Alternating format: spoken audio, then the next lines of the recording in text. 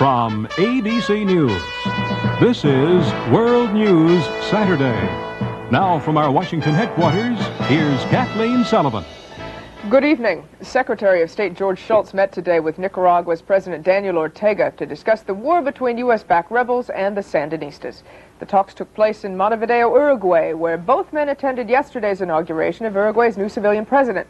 As John McWethy now reports, little was accomplished at today's meeting that almost didn't take place at all. Secretary of State George Shultz and Nicaraguan President Daniel Ortega talked for nearly an hour this morning here in Uruguay. When they emerged, Shultz acknowledged that they had accomplished almost nothing beyond restating positions each side has made in public many times before. At a press conference later in the day, Shultz dismissed Nicaragua's peace initiative, Ortega's offer to suspend further arms shipments to Nicaragua, and to remove 100 Cuban military advisors by the end of the year.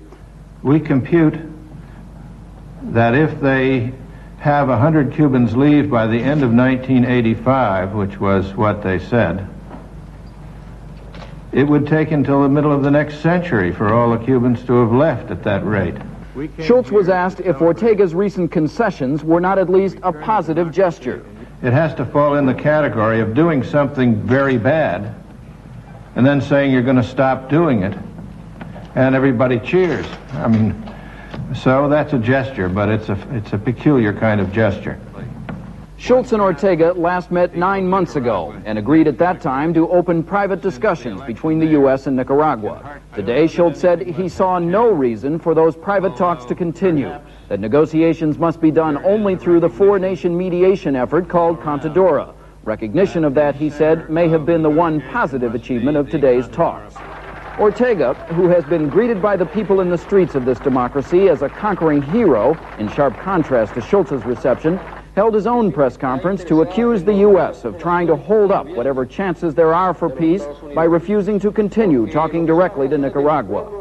Ortega said that American intelligence estimates that there are thousands of Cuban military advisors in Nicaragua is a, quote, big lie.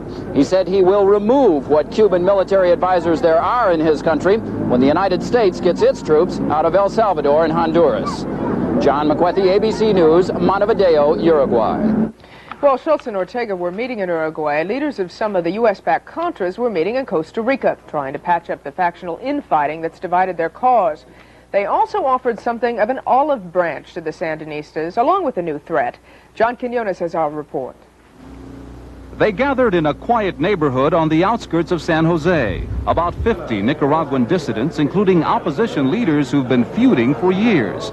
This time they sat together and signed a unity pact calling for a peaceful dialogue with the Nicaraguan government. It says to the Nicaraguan government, this is the last opportunity we have to solve the crisis through a civilized way. Let's sit down and talk. Some of the biggest names in Nicaraguan exile signed the agreement, including leaders of two separate rebel groups fighting to overthrow the Sandinista government. But perhaps the best-known anti-Sandinista guerrilla leader, Iden Pastora, was not here. His representatives in Costa Rica said he was not invited to join the group, and they did not know whether he would sign the agreement. With the exception of Pastora, the rebels have agreed to lay down their arms if the Nicaraguan government agrees to certain conditions. Among them, a guarantee of respect for human rights in Nicaragua, freedom of the press and religion, new democratic elections, and general amnesty and pardon for all political crimes in Nicaragua. It seems like you're asking for a lot. That is what any civilized country has. The Reagan administration has been urging the Nicaraguan dissidents to get their act together and form a united front against the Nicaraguan government. At stake is $14 million in renewed congressional aid for the rebels. Today, the dissidents may be talking about peace, but they're getting ready for more fighting. John Quinones, ABC News, San Jose, Costa Rica. In southern Lebanon today, Israeli troops launched their biggest raid yet on a Shiite Muslim stronghold in Maracay. One man was killed, several homes destroyed. Shiite leader Nabi Perry immediately vowed to retaliate by attacking Israeli villages in the Galilee. Artificial heart recipient Murray Hayden undergoes surgery because of internal bleeding. We'll have more on that in just a moment. And also coming up later in this broadcast, media analyst Jeff Greenfield examines what appears to be another hostile takeover bid aimed at CBS, this time by cable television's Ted Turner. We'll look at New York's latest father-son act. Yankee manager Yogi Berra and shortstop Del Berra. Jack Whitaker will have that story.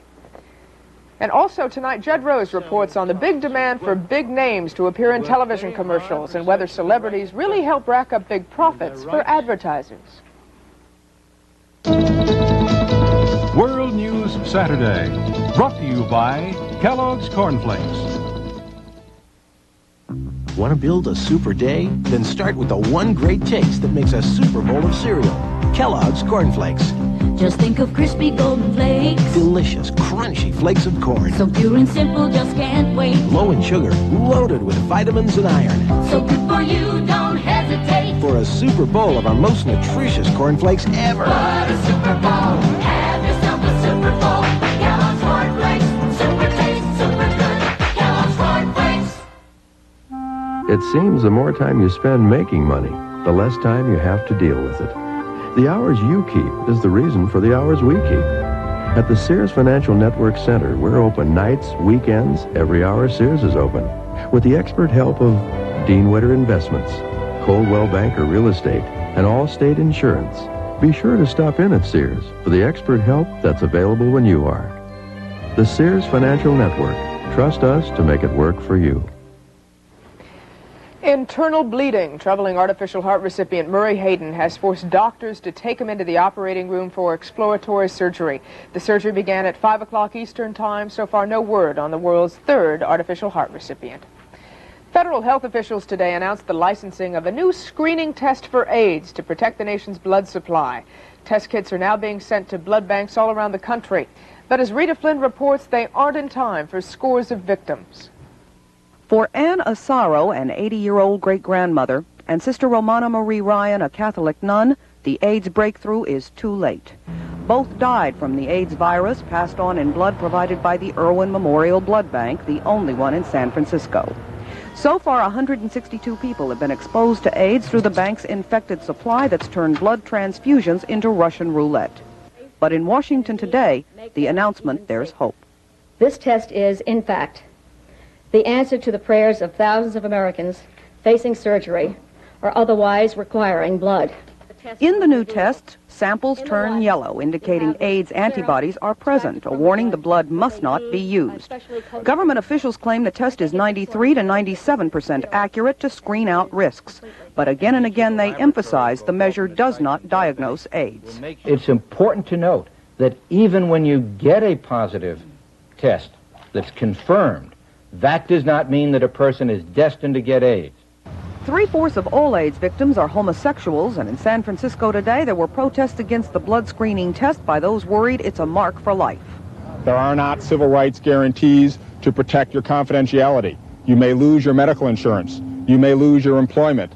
Research to find a 100% effective test will continue, but in the meantime, the new measure license today will be widely available within 2 to 6 weeks, and within 3 months, its use is likely to be required by federal law.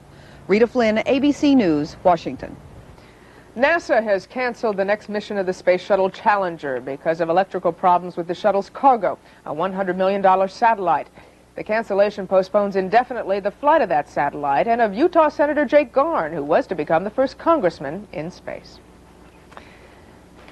President Reagan is just 6 weeks into his new term, and already pollsters and politicians are trying to figure out who will replace him 4 years from now. In a survey of delegates to the Conservative Political Action Conference here in Washington, New York Congressman Jack Kemp was the surprise favorite for the 1988 Republican nomination. He edged out Vice President George Bush 39 to 35%. President Reagan seems to believe that no matter who the nominee is, the Republicans will keep the presidency. Last night he told conference delegates conservative thought is in the mainstream now, and he took the opportunity to slam the Democrats who are in West Virginia this weekend trying to get their house in order. The other side is virtually bankrupt of ideas. It has nothing more to say, nothing to add to the debate. It has spent its intellectual capital, such as it was, and it has done its deeds. This is Charles Gibson in West Virginia. It's not just the president. The newest fad for Democrats is getting together to talk about what bad shape their party is in. This time, 135 House Democrats riding a luxury train to a luxury resort. a weekend at the opulent Greenbrier, a resort built around the healing waters of Mineral Springs in West Virginia.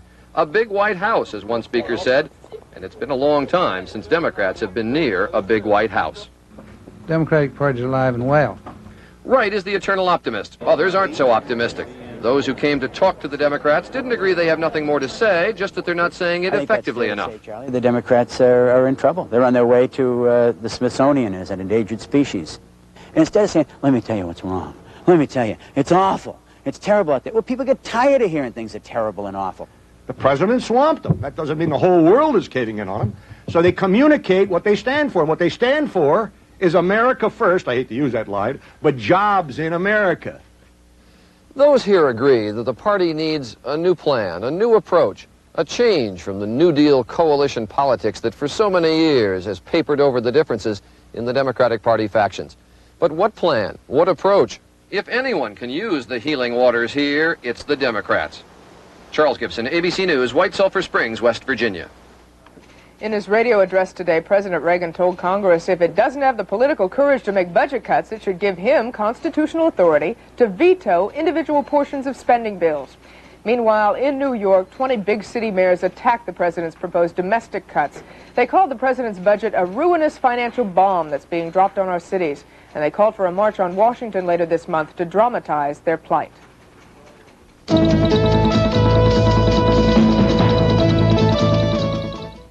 There are lots of furnaces you can choose for your home. But for the most efficient energy, forget all but the gas furnaces. And to cut energy costs further, consider only the high-efficiency gas furnaces. Of those, only one has advanced pulse technology, the Lennox Pulse Furnace. It will make your heating more efficient. Take it from Dave Lennox. You can save a lot of gas with a Pulse. Attaboy, Dave! Gas, America's best energy value. Cheer up, honey. Things will work out. I'll see you. You don't feel like yourself. Nothing's any fun anymore. My mind wanders. Is your appetite off?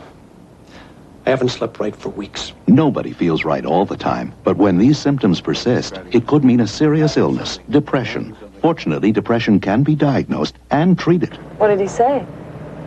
Said he could help. A message from the Roerich division of Pfizer Pharmaceuticals.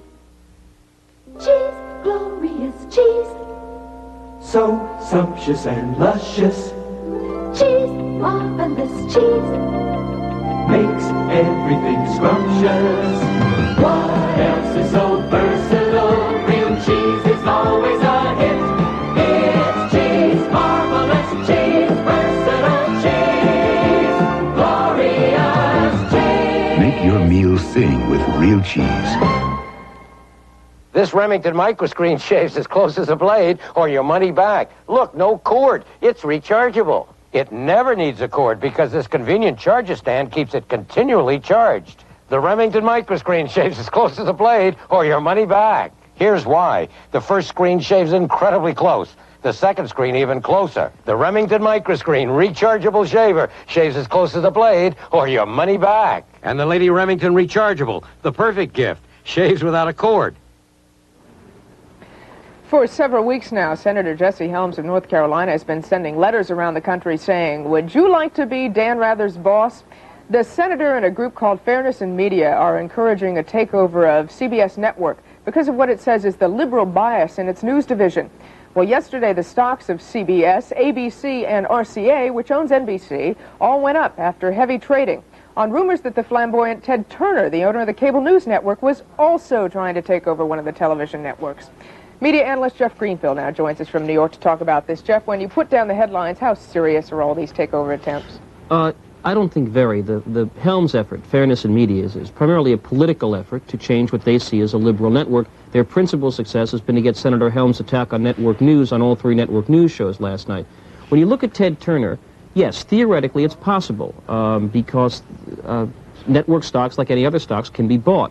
But to play seriously in this league, Ted Turner and his partners, whoever they might be, would need to bring about $500 million to investment banks to borrow what you need to buy that stock, which Wall Street analysts tell me is a $3 to $4 billion package.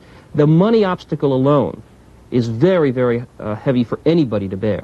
And Jeff, you know, you're not talking about a takeover of Mobil Oil here. After all, you're talking about a government-regulated industry. Precisely. The FCC, the Federal Communications Commission, has to okay the transfer of any broadcast licenses. They've never been faced with a so-called hostile takeover in history. We forget that all three networks are fundamentally run by the institutions or people who founded them.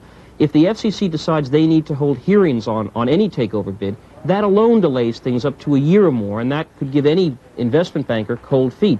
So the fact that it's a regulated industry puts yet another burden, not just on Ted Turner, but on anyone. And he also owns a cable network, which makes another legal technicality or tricky problem that would face him. All right, let's say Turner or Helms are successful. How would that affect what the viewer sees on television? That's two very different questions. Senator Helms and his allies are out to change the way CBS or any network, I guess, would cover the news. But Ted Turner, you work for Cable News Network. Ted Turner is a conservative manager of networks, however flamboyant he may be. He's not going to dump a highly rated anchor. That would cost him millions. He's not going to put on yacht racing instead of pro football just because he likes it. Any real takeover bid probably would change what we see on the air a little less than some of us who work for the media think. I think we all better sort of just take a deep breath. Nothing's changing very soon. Jeff Greenfield, thank you very much. And we'll be back with sports in just a moment.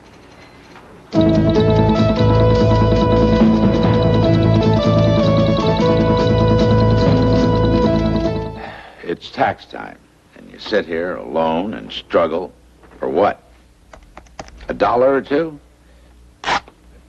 Depending on your income, you could save hundreds, even thousands of dollars next year by sitting here right now with a financial planner from IDS. A written IDS plan lets you see the big picture and attack your taxes head on. Shouldn't you be sitting here? IDS. It could be the best investment you'll ever make. When you set out to create the perfect home, start with the windows. The windows more people come home to than any other. Andersen Windows. Far more energy efficient than ordinary windows. Engineered for a life of easy openings, easy closings. Finished with a beauty that will endure for generations. Andersen Windows and patio doors are built to last, like the homes they're built into. Come home to quality, come home to Andersen. Is there a coffee made with those incredible tasting beans you find in gourmet coffee stores? Oh, yes. The costliest, most flavorful coffee beans found in gourmet coffee stores, Arabica beans, are the very same beans used to make Taster's Choice a superior coffee. Only Taster's Choice uses this gourmet blend, Arabica Supreme. Ah. The more you know about coffee, the more you'll know why the choice for taste is Taster's Choice. Your days go by fast. Your work never seems to end. That's why Whirlpool washers and dryers are designed to make your world a little easier. They have a super wash cycle for the dirtiest dirt and a gentle cycle for your delicate knits. Whirlpool, quality appliances. We're making your world a little easier. Whirlpool makes it easier for you. And now sports. Many of the nation's leading college basketball teams wrapped up their regular season play today. Brad Daugherty's 23 points led 8th-ranked North Carolina to upset 5th-ranked Duke at Durham. Also today, St. John's rebounded from this week's thumping by Georgetown, beating Providence, and Memphis State defeated arch-rival Louisville. One other college basketball note today, Bobby Knight, who hurled a chair onto the court at the beginning of the Indiana-Purdue game last Saturday, was suspended today by the Big Ten for 1 game. Turning to horse racing, the first major test for 3-year-olds eligible for this year's Triple Crown. Proud Truth won the $300,000 Florida Derby by half a length over Irish Sir. Meanwhile, the leading 3-year-old in the country, Chief's Crown, won earlier at Gulfstream. You know, horse racing isn't the only sports in Florida these days. The baseball spring training season is getting underway there, and the New York Yankees camp is looking like the set of All in the Family. Here's Jack Whitaker. Thank you, Kathleen. Fathers and sons is a subject that has occupied some of our best minds through the ages. Now, baseball is offering its version of this relationship. On October 8, 1956, Don Larson pitched the only perfect game in World Series history. His battery mate, Yogi Berra, displayed a rare outburst of emotion. 2 months later, Yogi became a father for the 3rd time, a son named Dale.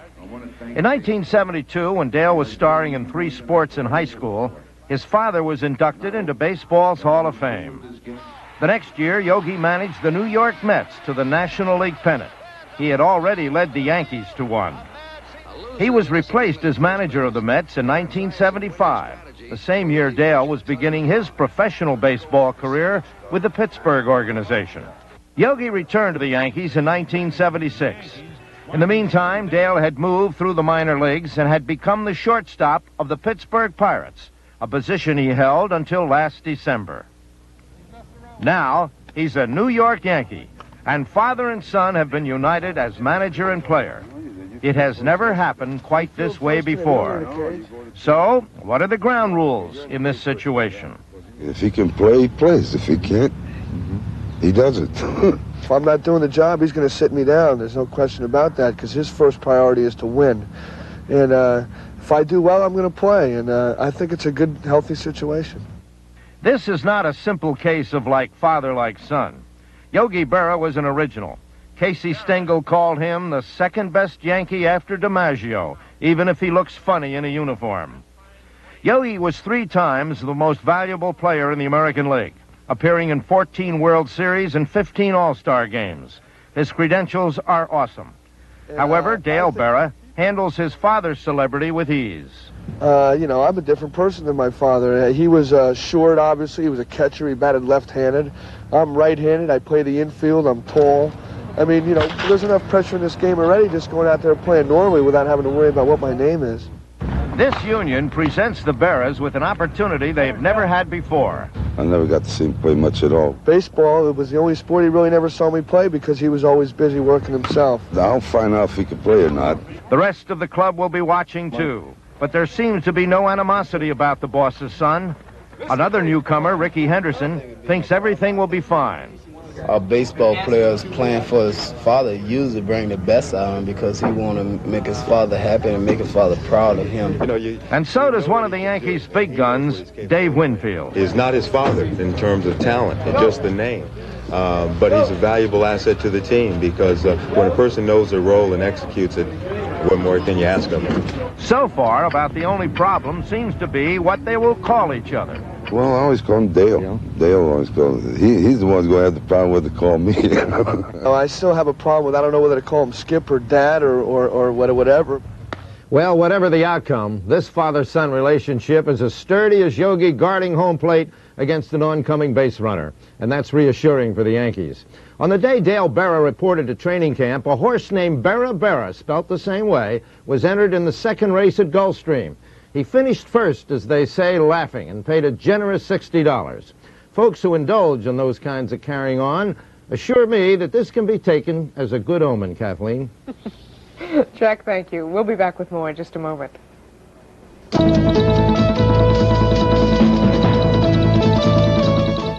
Vladimir! Where is Comrade Petrenko?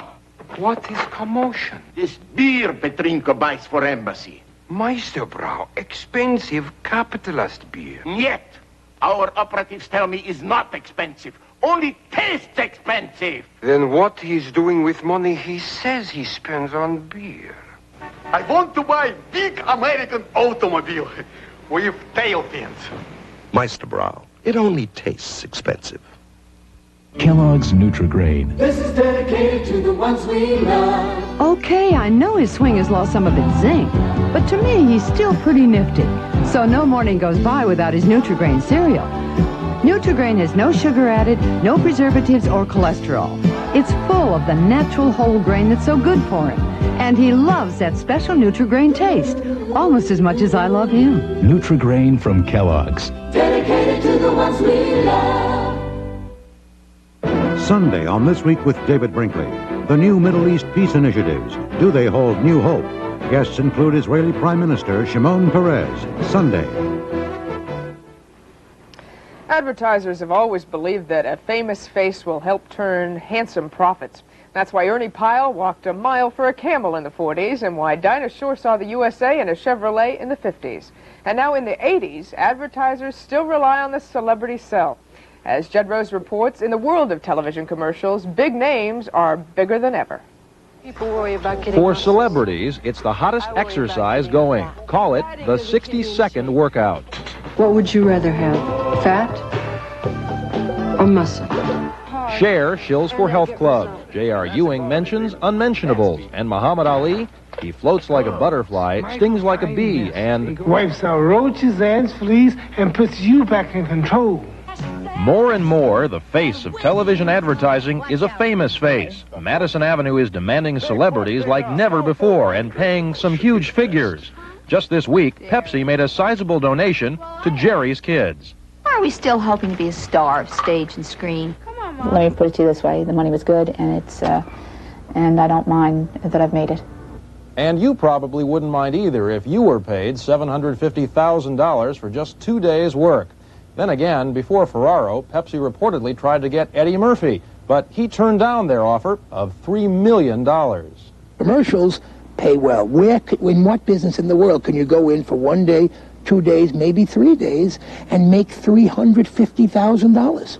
And so Marty Ingalls says he's supplying celebrities to advertisers 4 times as often as just a few years ago.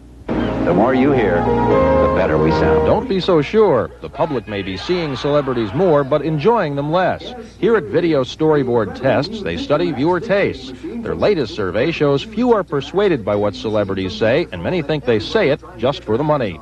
That skepticism includes those who make their money the old-fashioned way. They earn it. John Houseman's crusty character earned plenty for Smith Barney, and soon he was paid to praise cars, then cooking oil, even hamburgers. When I started doing the McDonald's, I think I was in dangerous territory. The danger, overexposure. Houseman's character was credible to a point. He is probably overexposed. He does anything, that he can get his hands on. But it's Hands Off, another celebrity who's also all over the airwaves. Moms, you know how the kids love Jell-O pudding. And kids love Bill Cosby, too, as do their parents. The longtime king of commercials has varied his approach and chosen carefully. No, he's right again. If Bill Cosby was selling an underarm deodorant, it would make no sense at all to the public. If there's a poor match between the celebrity and the product, you're better off using your next-door neighbor or your kid's sister. But tell your kid sister not to hold her breath. Even longtime holdouts are now finding that the price is right if the audience is limited. Love is my message. Sorry, Michael, the medium is the message, and for now, the medium has stars in its eyes. Judd Rose, ABC News, New York. That's our report for tonight. Britt Hume will have more news later on the Weekend Report. I'm Kathleen Sullivan. For all of us here at ABC News, have a good evening. From Washington, this has been World News Saturday. Tomorrow, watch World News Sunday with Sam Donaldson for a complete look at the day's top stories. World News Saturday is a presentation of ABC News. Meet Dave and Maddie, a match made in heaven. I gotta tell you, I love you. I mean, I have always loved you. Nothing personal. So, what is it you want to tell old Dave? It's a romantic comedy. You're fired. Moonlighting, premiering tomorrow at 9/8 Central. This 350 Chevy short block has been completely remanufactured by one of the oldest and largest companies in America. Guess who? It's Masterbuilt Motors. That's right. It's only $249. See, the new parts alone would probably cost you more than $249, and if you install it yourself, well, you'll save hundreds. Each engine's completely remanufactured by Masterbuilt, not just overhauled. So where will we find a 350 Chevy short block for only $249 while they last? Masterbuilt Motors. Masterbuilt Motors. Masterbuilt Motors. That's right. You should be looking forward to this Sunday's newspaper because there's news about Physicians Mutual's hospital plan. Now, this is the plan that pays cash benefits